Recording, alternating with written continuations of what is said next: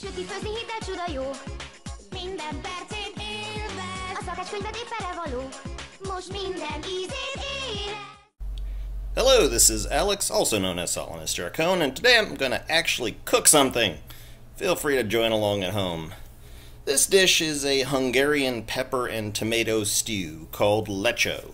It's an excellent summer dish to make use of fresh tomatoes and peppers if you're into the local seasonal scene, but it's also good year-round if you don't mind your vegetables coming from the supermarket. Yes, I know, I have hairy arms. I was born this way, folks. Deal with it. The ingredients are as follows. 1 large onion, 4 or 5 Hungarian banana peppers. You can use yellow or orange bell peppers if you absolutely must, but I strongly recommend the banana peppers if you can get them, because their flavor is almost indispensable to this dish. Just be aware, banana peppers can be either sweet or hot, and if they're hot, you probably want to be careful how much of the hot ones you use, because they can burn your mouth out. If you are able to know which one they are before buying, which you might not depending on your market, then I'd say go with 2 hot and 3 sweet for a medium burn. 4 hot and 1 sweet if you're crazy, 1 hot and 4 sweet if you only like spicy a little, and no hot if you can't handle the heat. I would not recommend all hot. You have been warned. 5 or 6 Roma tomatoes, nice and red. A little bit of oil, won't say how much just now. Doesn't have to be olive oil, just don't use extra virgin or any flavored oils, because they could throw off the taste of this dish. Stick with mild oils like corn or vegetable or peanut or even regular olive oil. Some long grain white rice, anywhere from half a cup to a whole cup depending on how ricey you want it to be. If you absolutely wanted to, you could use brown rice, but the texture of the dish will be different. I would not recommend basmati, that stuff never gets truly tender. Some vegetable broth, either in liquid form, or if you can get your hands on this stuff, powdered. This is Vegeta, and I'll put a link in the description to where I get my spices. Some lovely smoky sausage, or not if you're vegetarian. Polish kielbasa would also be appropriate here. Just make sure if you use sausage, it's smoky. I would not recommend any hard salami for this dish, nor would I recommend Italian or breakfast sausages. Just good old Lynx will do. Some kosher salt if you got it. Yes, I have the Alton Brown salt cellar. And finally, the star ingredient of a lot of Hungarian cooking, the paprika. A quick word about paprika. While most people think of it as a traditional Hungarian ingredient, it's actually a product of a New World crop. Chili peppers, as we know them, didn't exist in Europe until about the 16th century. It started out in Spain and made its way to Hungary, where it was ubiquitous by the late 19th century.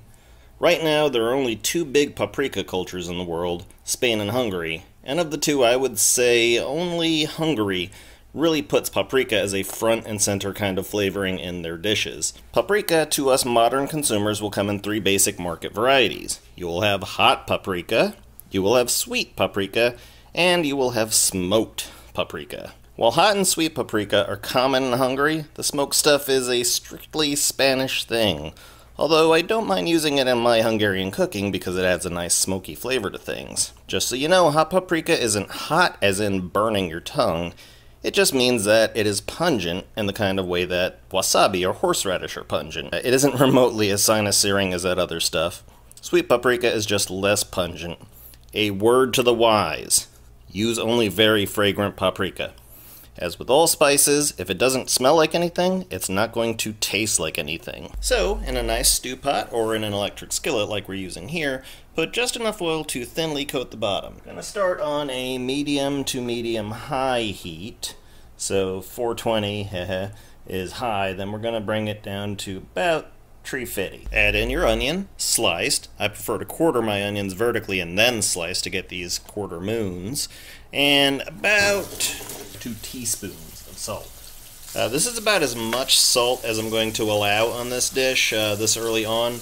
We are going for kind of a half sweat, half saute, where we want to soften the onions and draw out their moisture just a little bit, but we also don't want to lose out on the process of browning. So yeah, just go ahead and never ever using any metal utensils on a non-stick surface. just kind of keep these onions moving a little bit, you know, stir every couple minutes, and once it reaches a certain color, then we will resume. Once the onions are starting to show a little bit of brown like this, then you want to go ahead and turn off the heat completely, because this is about the point when we would add in the paprika. Now, paprika is one of those spices that can burn, so we don't want the heat to be up high on this when we do add it, so we're just going to let this cool down a bit until things aren't really bubbling anymore. Okay, things have quieted down, and I'm going ahead and adding the paprika.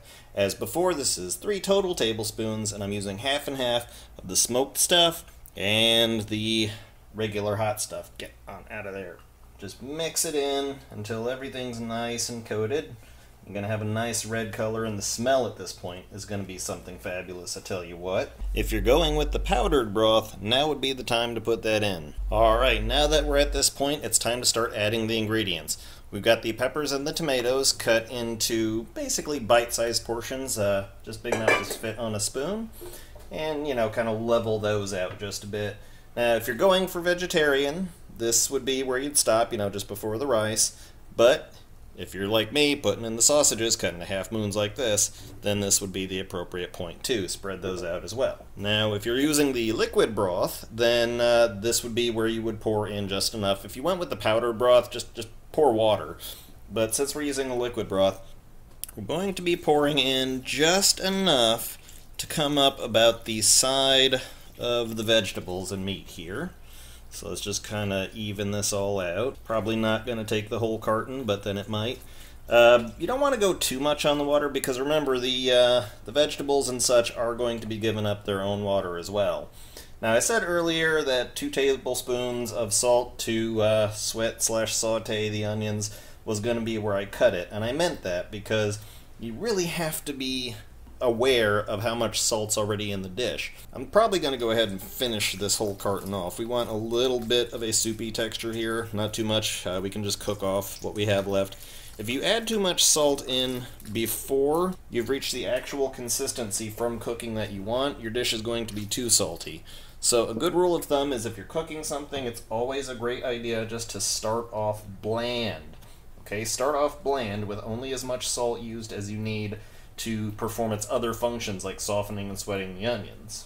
And this is where we will add in the rice. This is about 3/4 of a cup of rice, and it has been well rinsed in the sink.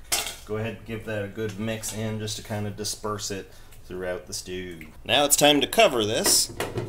We're going to bring the heat all the way up to the tippy top, and we are waiting for this to come to a boil. Alright, now I would call that a rolling boil. Keep it there for about 10 minutes. Okay, and after 10 minutes at this nice rolling boil, you can see that the rice has started to thicken up nicely.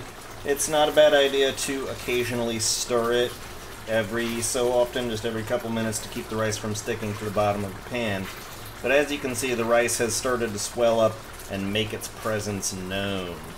So at this point, what we want to do is we want to back it down to a high simmer, medium-low if you're on the stovetop, and cover it back up, and basically just leave it there until the rice is done. Okay, and so after about 10 minutes at that low simmer, it has reached the consistency I am happy with. As you can see, the rice is pretty well spread throughout. It's got a nice bit of a thick consistency, much more like a stew than like a soup.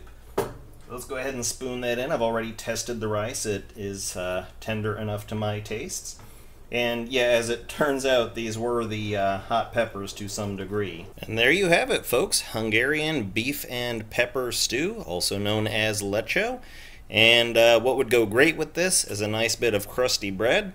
So I want to thank you all for watching. Once again, I am Alex, also known as Solanus Dracon, and this has been Cooking with Solanus Dracon. Goodbye.